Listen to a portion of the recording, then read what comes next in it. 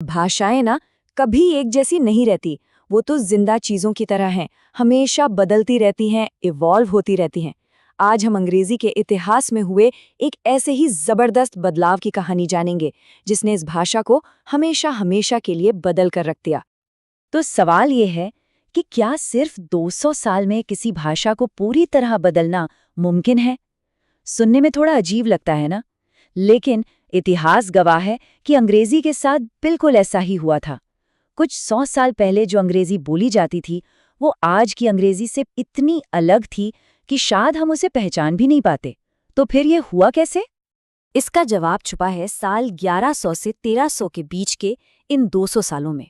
जी हाँ, सिर्फ 2 सदियों के अंदर अंग्रेजी एक इतने बड़े बदलाव से गुजरी कि पुरानी अंग्रेजी, जिसे ओल्ड इंग्लिश कहते हैं, पूरी तरह से मध्य अंग्रेजी यानी मिडिल इंग्लिश में बदल गई। चलिए इस सफर में थोड़ा और गहरे उतरते हैं। अच्छा, इस बड़े बदलाव को समझने के लिए पहले ये जानना जरूरी है कि आखिर ये भाषा पहले थी कैसी। तो चलिए एक नज़र डालते हैं पुरानी अंग्रेजी के नियमों पर और उसकी दुनिया पर। पुरानी अंग्रेजी और आज की अंग्रेजी में जमीन आसमान का फर्क था। उसका ग्रामर कहीं ज्यादा कॉम्प्लेक्स था। वो केस एंडिंग्स नाम के एक सिस्टम पर चलती थी। मतलब हर शब्द के आखिर में कुछ ऐसा जुड़ा होता था जो बताता था कि सेंटेंस में उसका रोल क्या है। और हाँ, उसकी ज्यादातर वोकैबुलरी जर्मैनिक थी। तो सवाल उठता है, आखिर ऐसा क्या हुआ जिसने इस भाषा का नक्शा ही बदल दिया? इसके पीछे 3 बड़ी वजह थीं। इसे ऐसे समझ सकते हैं कि ये एक नई भाषा बनाने की रेसिपी के 3 मेन इंग्रेडिएंट्स थे। हाँ, एक नहीं, 2 नहीं, बल्कि 3 बड़े बदलाव, और वो भी लगभग एक ही समय पर हुए। ये रहे वो 3 बदलाव। सबसे पहले ग्रामर, वो बहुत सिंपल हो गई। दूसरा, वो जो मुश्किल से केस एंडिंग्स थे ना, वो हट गए। और तीसरा, हजारों फ्रेंच शब्द भाषा में आ गए। चलिए एक एक करके इनको समझते हैं। तो ये केस एंडिंग्स हैं क्या भला? सोचिए, जैसे हर शब्द के पीछे एक छोटा सा टैग लगा हो जो उसका काम बताता हो। जैसे ये शब्द काम कर रहा है या इस शब्द पर काम हो रहा है। अब जरा सोचिए, इससे भाषा कितनी मुश्किल और कंफ्यूजिंग हो जाती होगी सीखने वालों के लिए। और यहाँ देखिए, इसका असर कितना बड़ा था। पुरानी अंग्रेजी में मतलब समझने के लिए शब्द के आखिर को देखना पड़ता था, बिल्कुल एक पहेली सुलझाने जैसा। लेकिन मिडिल इंग्लिश में इन केस एंडिंग्स को हटा दिया गया और नतीजा, सेंटेंस का स्ट्रक्चर एकदम सीधा और सरल हो गया। और फिर आया तीसरा और शायद सबसे बड़ा बदलाव, फ्रेंच शब्दों की एंट्री। और ये कोई छोटी मोटी एंट्री नहीं थी, ये तो जैसे शब्दों की बाढ़ आ गई हो। हजारों के हजारों नए शब्द अंग्रेजी का हिस्सा बन गए।